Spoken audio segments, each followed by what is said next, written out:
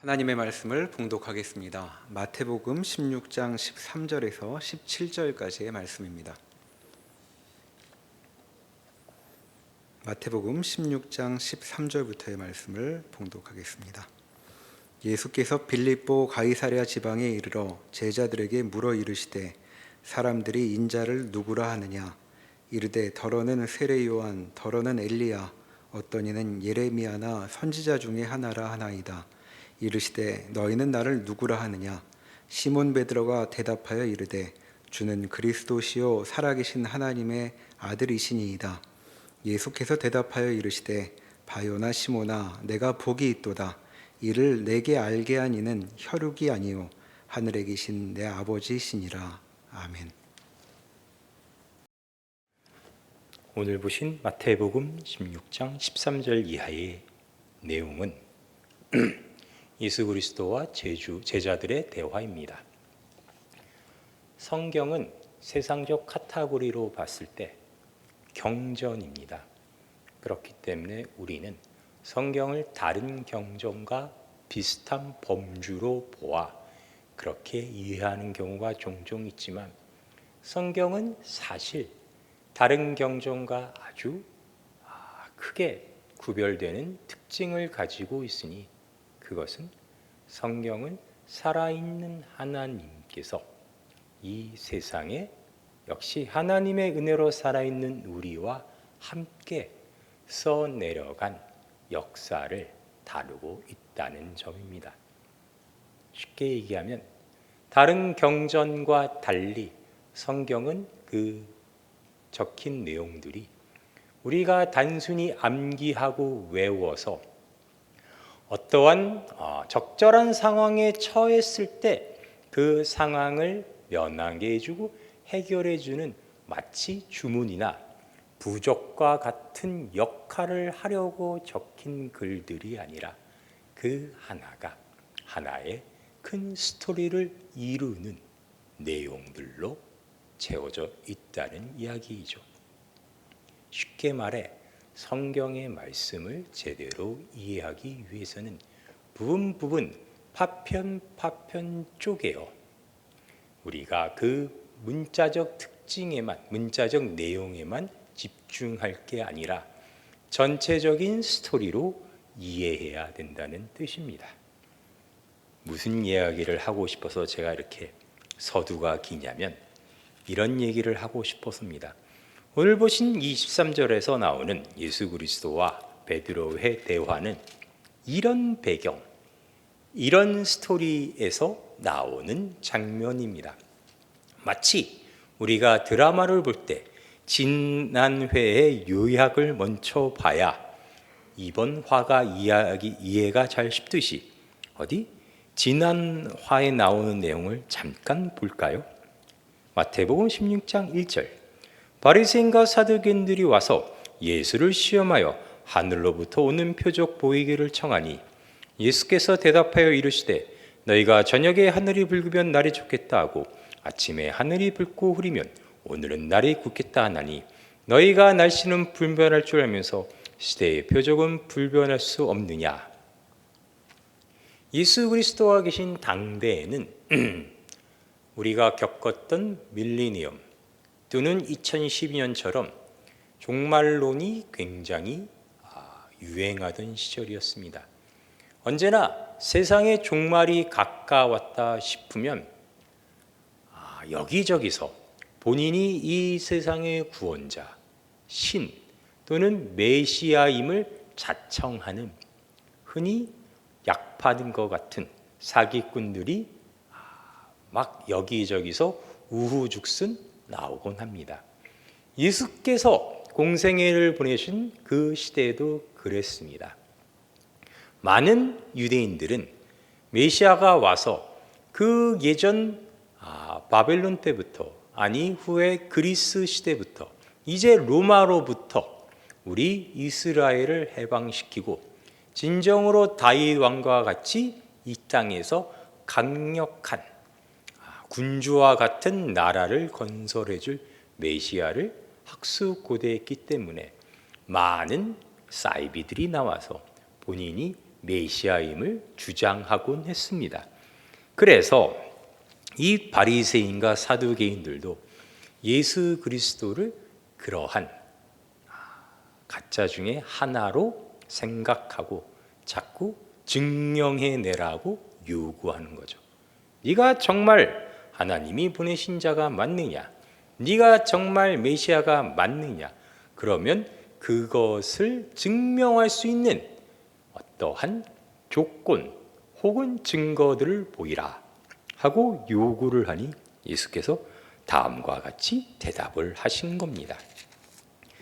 이 이야기가 계속 퍼지고 사람들 사이에서 계속 구설수가 되는 상황이다 보니까 드디어 13절에 예수님께서 제자들에게 묻는 거죠. 빌립보 가이사랴 지방에 이르러 제자들에게 물어 이르시되 사람들이 인자를 누구라 하느냐? 사람들이 나를 누구라 하느냐?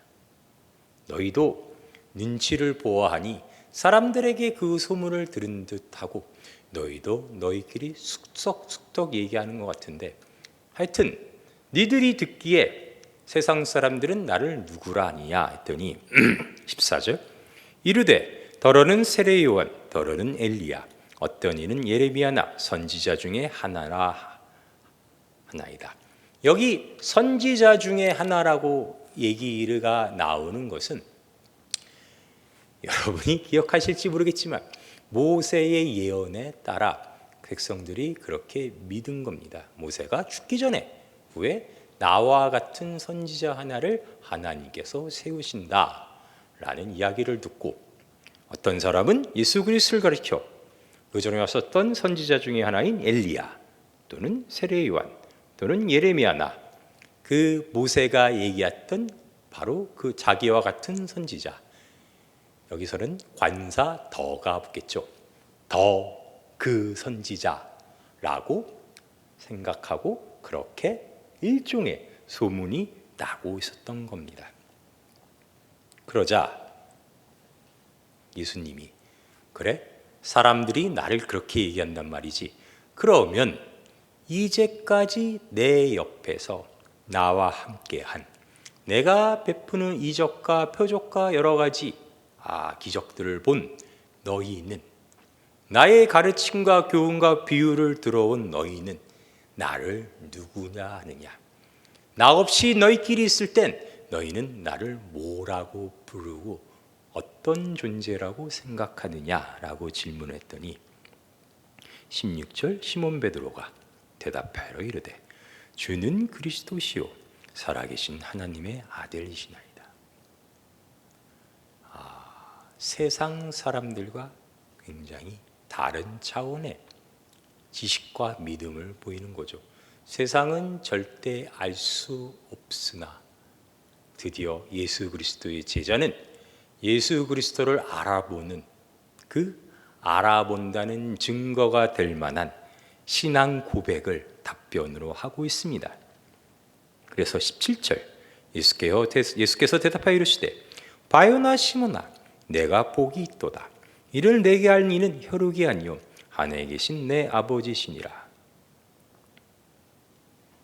약간 처음 얼핏 듣기에는 잘 알아보고 좋게 대답한 베드로를 칭찬하시는 것 같은 느낌인데 내용을 들어보니 칭찬이 아니고 사실은 말 속에 굉장히 반전이 들어있는 내용이 있습니다.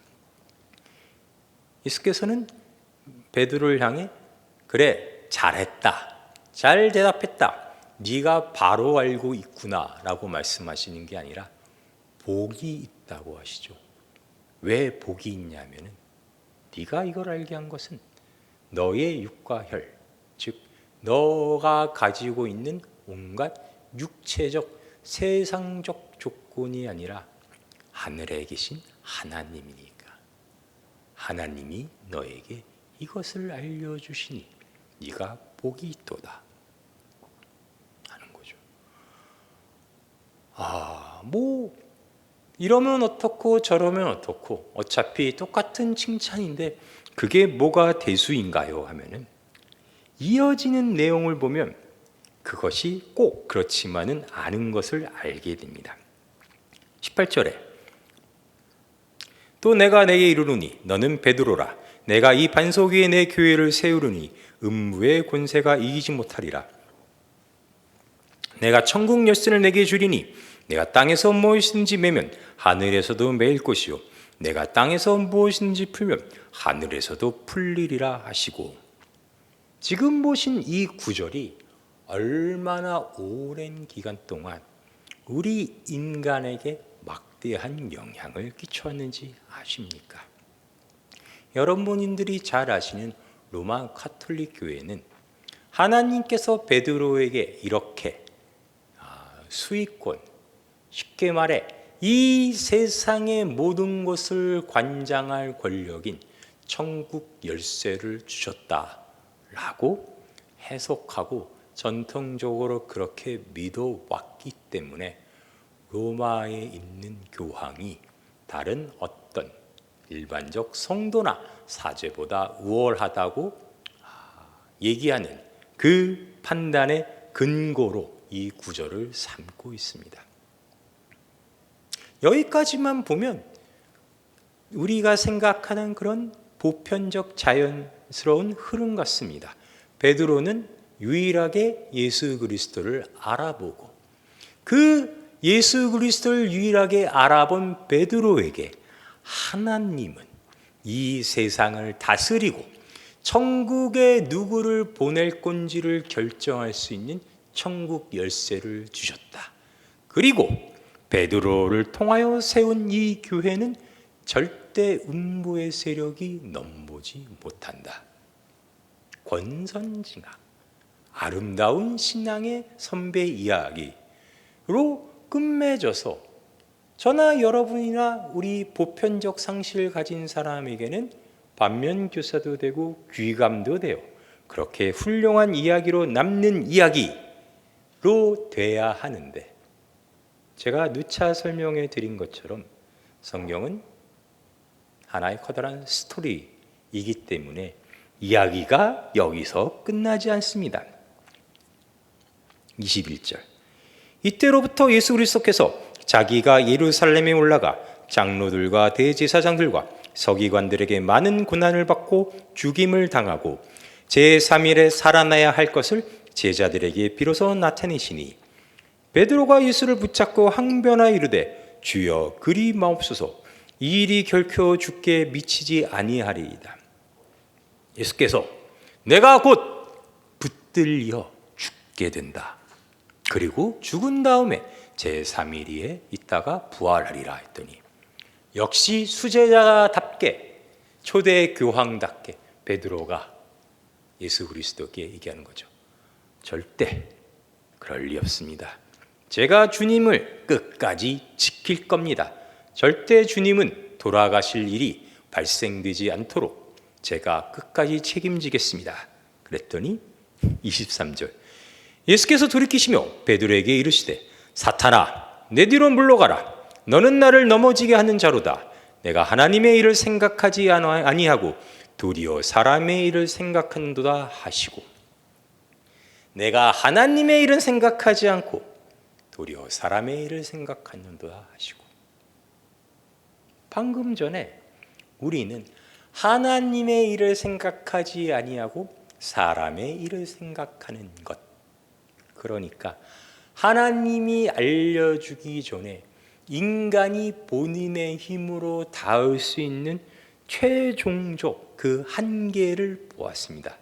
그것은 앞서 보신 것처럼 사람들이 나를 누구라니야, 엘리야, 세례 요한, 예레미야 선지자 중에 하나, 그렇게 알아본 것이 인간 능력의 끝이었죠. 베드로는 그 인간 능력을 벗어난 게 아니었나요? 그래서 예수 그리스도를 알아본 거 아니었나요? 그래서 예수님이 하셨던 거죠. 아니라고. 네가 나를 알아보았느냐? 죄인 되었던 네가 내가 살아계신 하나님의 아들이라고 알아본 것은 절대 단 하나도 너로부터 나온 게 없고 다 모든 것이 하늘로부터 온 것이다.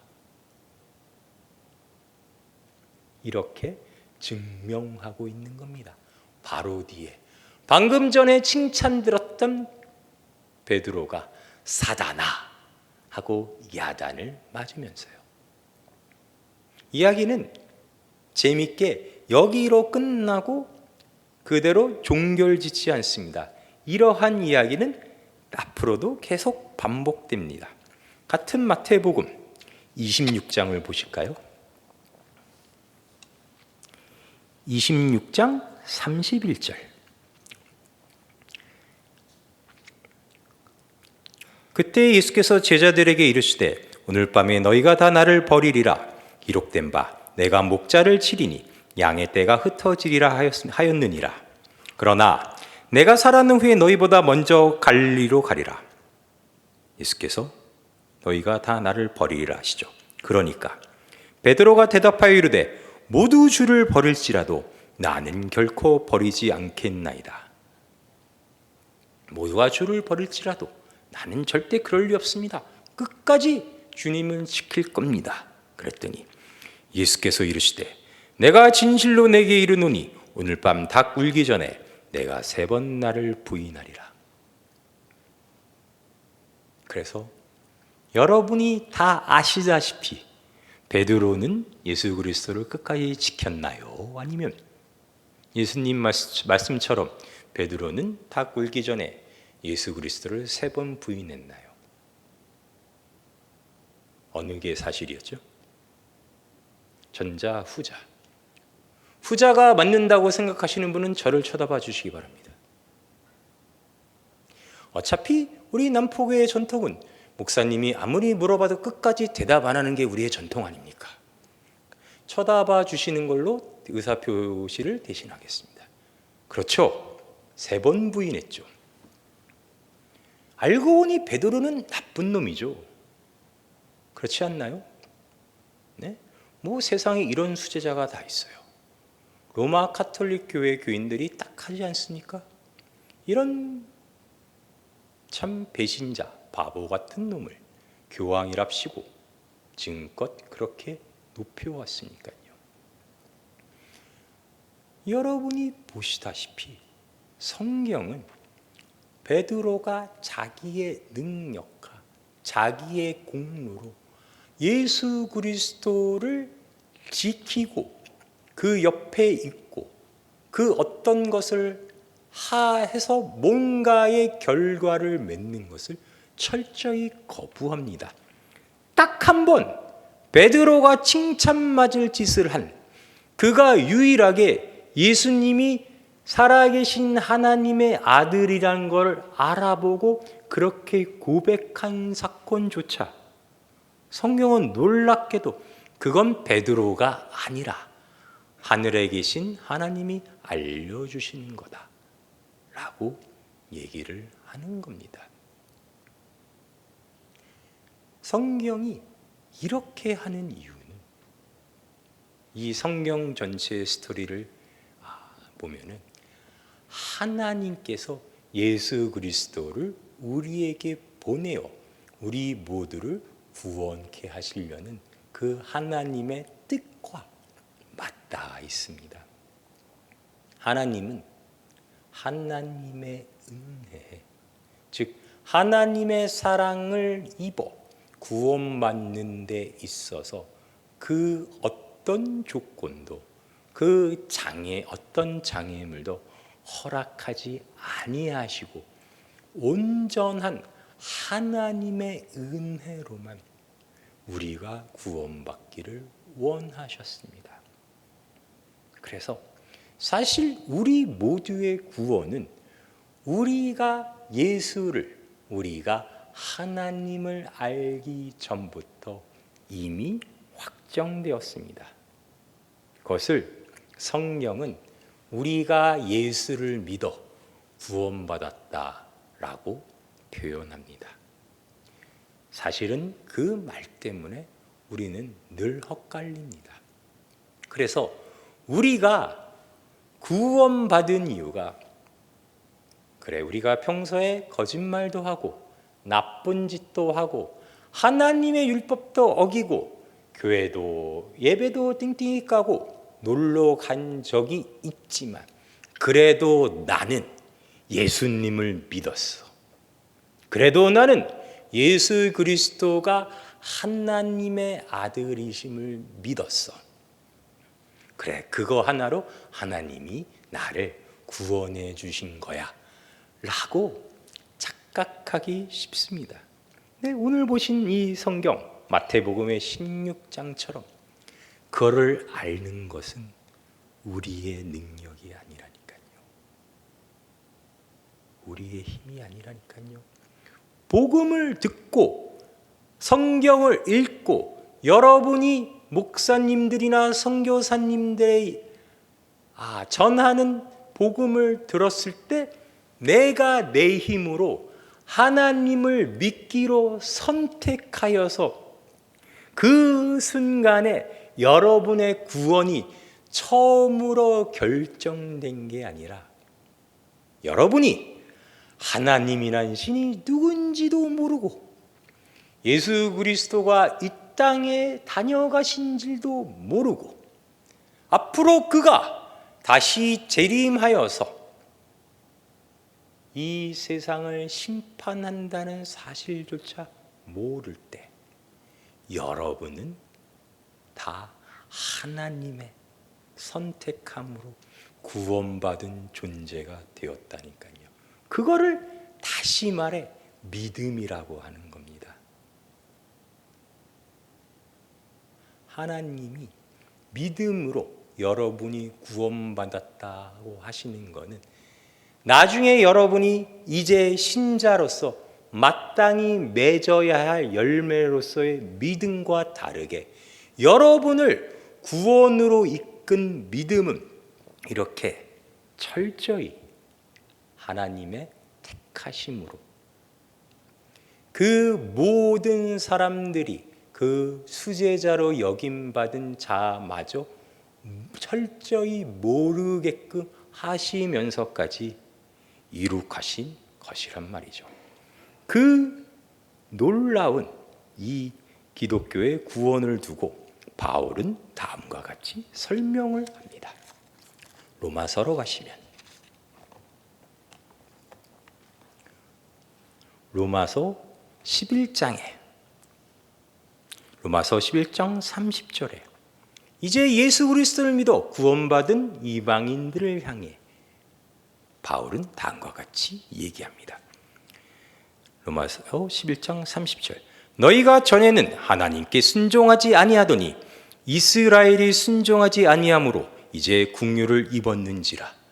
너희가 전에는 하나님을 모르고 예수 그리스도를 믿지 아니하고 너희 땅에서 이방신을 섬기다가 이스라엘 백성이 하나님께 거역하여 하나님의 아들을 십자가에 못 박혀 죽임으로 즉 이스라엘이 순종하지 아니하므로 복음이 너희에게 전파되어 너희가 이제 긍휼을 입었는들 이와 같이 이 사람들이 순종하지 아니하니 이는 너희에게 베푸시는 긍휼로 이제 그들도 긍휼을 얻게 하려 하심이라.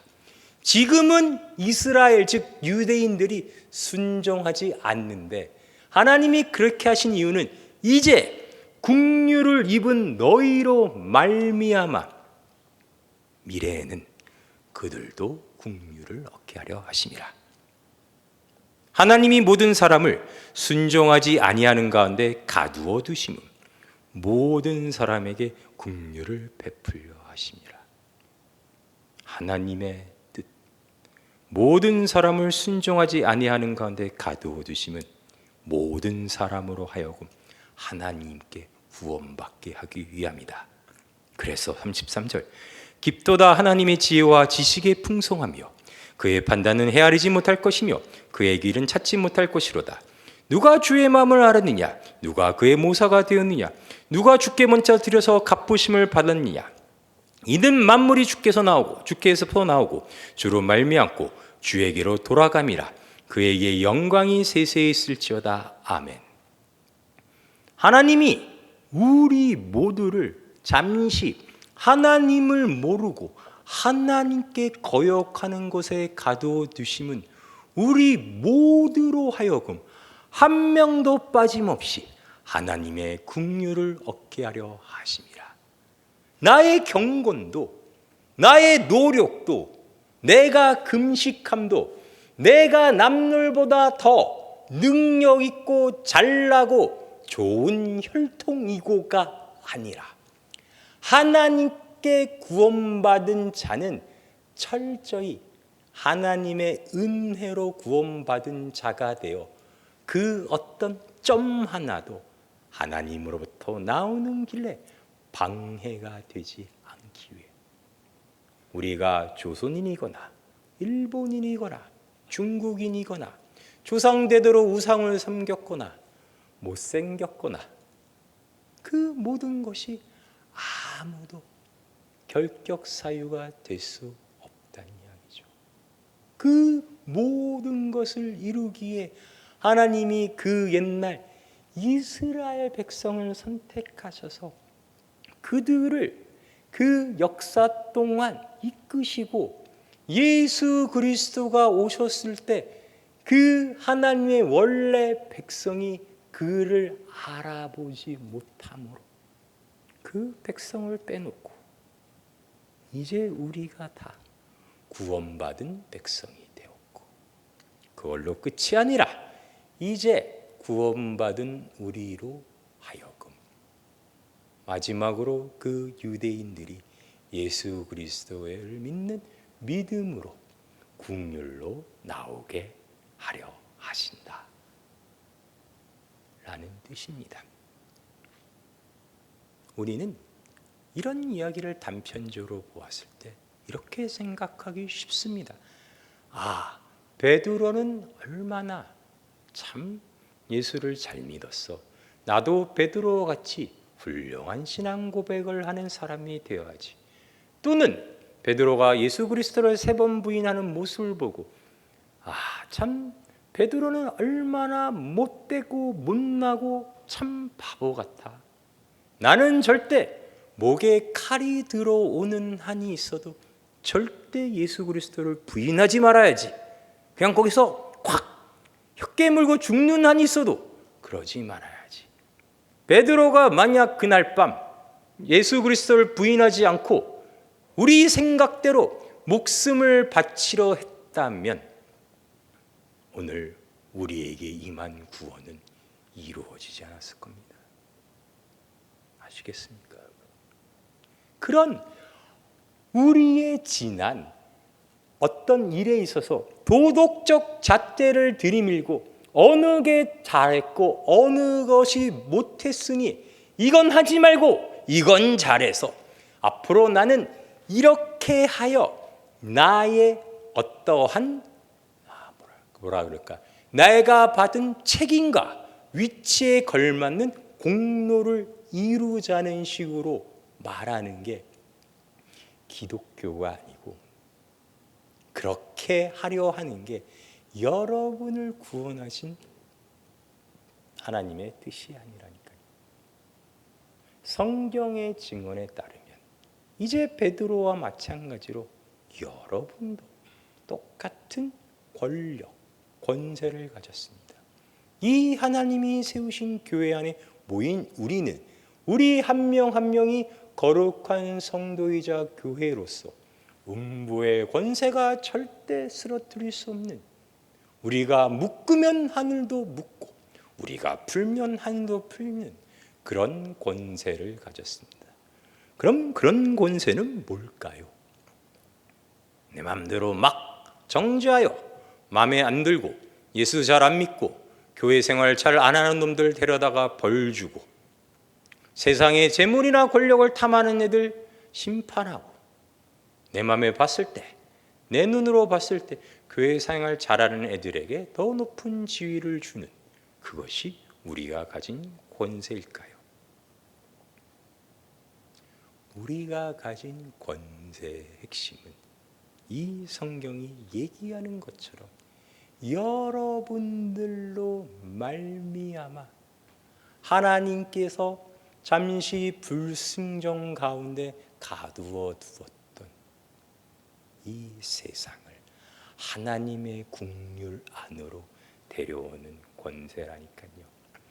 나는 그동안은 하나님을 모르고 그동안은 내 멋대로 살고 내가 입맛에 맞게 신앙생활을 해왔을지라도 내가 머무는 곳에 이제 그러한 권세를 가진 여러분들이 들어와 나와 함께함으로 인해 우리가 다 같이 하나님의 긍휼과 복을 받는 그러한 놀라운 공동체와 모임을 이루는 그런 권세라니까요. 좀 더 쉽게 표현을 해볼까요? 여러분은 이제 참 포도나무인 예수 그리스도에 붙은 가지입니다. 여러분에게 새로 얻게 된 권세는 뭘까요? 그것은 그 어떤 죽어 썩어 말라 비틀어진 그 어떤 가지라도 그 무엇이더라도 여러분이 이제 여러분의 몸에 갖다 붙였다면 과거 죽은 가지였던 우리가 예수란 나무에 붙어서 생명의 열매를 맺는 가지로 다시 태어났듯이 이제 여러분이 여러분 몸에 붙이는 자면 누구든지 생명의 근원인 하나님으로부터 뿜어나오는 생명이 연결되어 똑같이 꽃과 열매를 맺는 그런 살아있는 생명체로 만들 수 있다니까요. 어떻게 하면? 여러분이 믿는다면, 여러분이 그런 존재란 것을 깨닫고 믿는다면 더 이상 여러분의 어떤 일요일 날 내가 돈을 쓰는 게 옳으냐,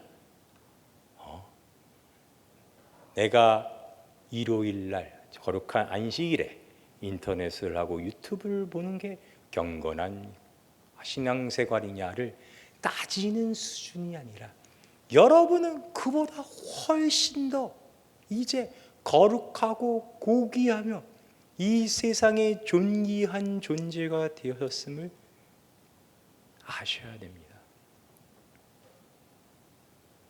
그 여러분이란 정말 하나님께서 창세전부터 계획하신 훌륭한 열매를 맺어간 그 맺기까지의 그 아름다운 과정을 닮은 이야기가 성경입니다. 뭐는 지워버리고 싶은 역사고 뭐는 되풀이되면 안 되고 뭐는 우리로 하여금 우리를 돌아보게 하는 그러한 교훈적 차원으로만 읽힐 게 아니라 오늘 우리와 함께 살아 숨쉬는 성경은 그러한 의미로 여러분 안에 같이 동행하며 살아있는 겁니다. 한 번에 이해하기 힘드실 겁니다. 다음 시간에 좀 더 친절하게 설명드리겠습니다. 기도하시겠습니다.